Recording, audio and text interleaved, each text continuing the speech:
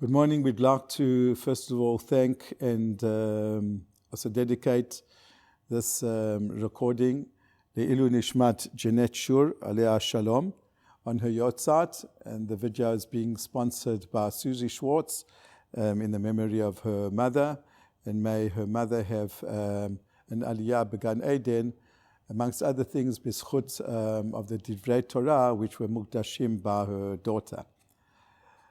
In this week's Sidra, the Torah tells us about the very moving blessings that Yaakov gives to his children before he passes away. He blesses each one of the tribes. It's not exactly, but some of the tribes, what he does is he criticizes. But as Rav Shimshon Raphael says, that in itself is also a blessing, because when a person knows exactly who he is or who she is, a person knows exactly what their strengths and weaknesses are. So then a person has got a true picture of themselves, and that is the biggest blessing.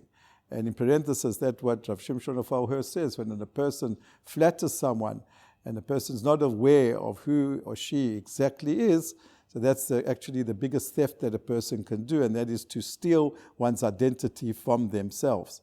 So when Yaakov over here blesses the tribes, and he also criticizes others for certain actions or certain midot that they have, that itself is a blessing, because he's telling each tribe exactly who they are, what they should be doing, and what their weaknesses are and what their strengths are. What is unique about one of these, we want to get back a little bit to what I said was a series of Spot the Difference, but over here it's a little bit different. To spot the difference, what exactly was unique about the Shevet of Dan, that we found concerning the tribe of Dan, he's blessed, and then what Yaakov does is that he gives a 3-word prayer. The prayer is Lishuatcha Kiviti Hashem.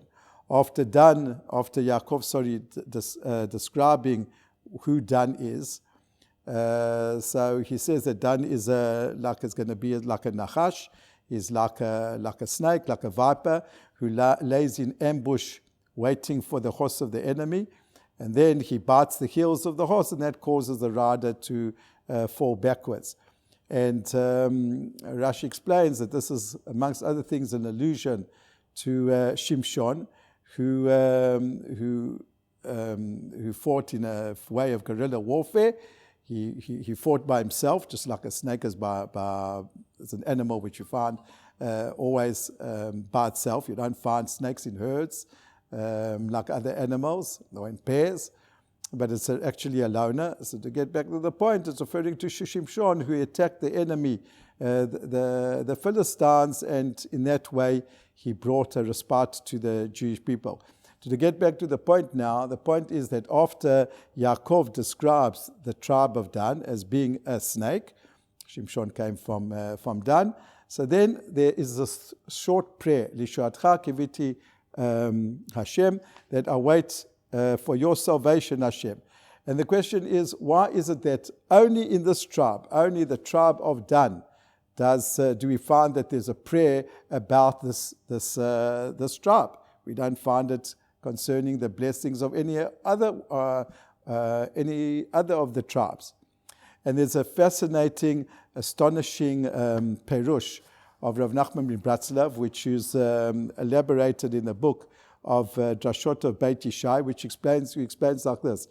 He says that Dan, we know, was the tribe that always traveled last in the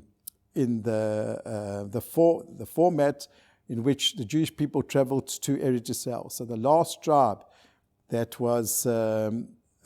traveled in this formation, that traveled to Eretz Yisrael, was Dan. And the Torah over here describes the traveling of Dan. It says like this: "V'nasa degel machaneh bnei Dan ma'asef lechol ha'machanot." It's an unusual phrase, that the flag of representing the whole camp of Dan, that they should travel last, but the Torah calls it ma'asef lechol ha'machanot. What does the word ma'asef actually mean? Ma'asef means together. And Rashi says that what was unique about Dan, as someone who was who traveled at the end, he was always the last, was that he picked up those things that were lost by the other tribes in their trek to Eretz Israel, and he was the last one to see to it that whatever was lost, by the other tribes, he would la'asof, he would gather them and pick them up and return it to the owners. And so what's very interesting is that Rav Nachman Mibratzlav, what he says is that we're not speaking about over here physical, material objects and items which were lost. When we're speaking about that Dan, he gathered those things that were lost, he's speaking about those people who were lost, their souls were lost. Those people who were, so to speak, as in other contexts, the Torah tells us, they were rejected from the Ananei Kavod, from the clouds of glory. They were the people who steered off the path of Judaism. And Dan was responsible that those type of people, he was the people who took care of them. He wasn't only the rear guard in that he secured the end of the camp of Israel. And not only that, what he did was he gathered physical items, but he was a rear guard in the sense that anyone who was lost spiritually, he was the one who busied himself with returning them to the folds of the Jewish people. This is the understanding of Rav Nachman Mibratzlav. And what the Vayechi, what he elaborates on is, he uses this in order to understand why is it that Yaakov prayed specifically to the prayer to the tribe of Dan. And the reason is because anyone who spends his time trying to bring others who have veered off the path back to Judaism is basically suspected that he himself is sort of got a little bit of affinity to the ways of a Rasha, and therefore he's always mitasek, he always busy himself with those type of people. And therefore, Yaakov said, for Dafka for Dan, because he's trying to bring people back to Judaism, he's osek with people, and he's a person who is machzir b'tshuva. So that type of person, that type of tribe, he is praying that he should not be influenced by the people who he is trying to bring back to Judaism, and that he should always, he prayed for him, and that he prays, Lishuatcha kiviti Hashem, that he shouldn't be affected. He shouldn't be affected, number one, by the people he's trying to bring back. And number two, he's also praying that the other members of the Jewish community, that they shouldn't look askance at the efforts of the tribe of Dan and all those who have adopted that approach of the tribe of Dan. Sometimes, I'm stretching it a little bit, but I think that sometimes we have the same problem. Let's say there are people who are modern Orthodox. There are people, this has always been a problem, some people suspect that people who are modern Orthodox Jews, well, that they're trying to bring orthodoxy to modernity. And they don't think that maybe they're trying to bring modernity to orthodoxy. And of course, there are people like this and there are people like that. There are people who are not 100% Hashem Shemayim.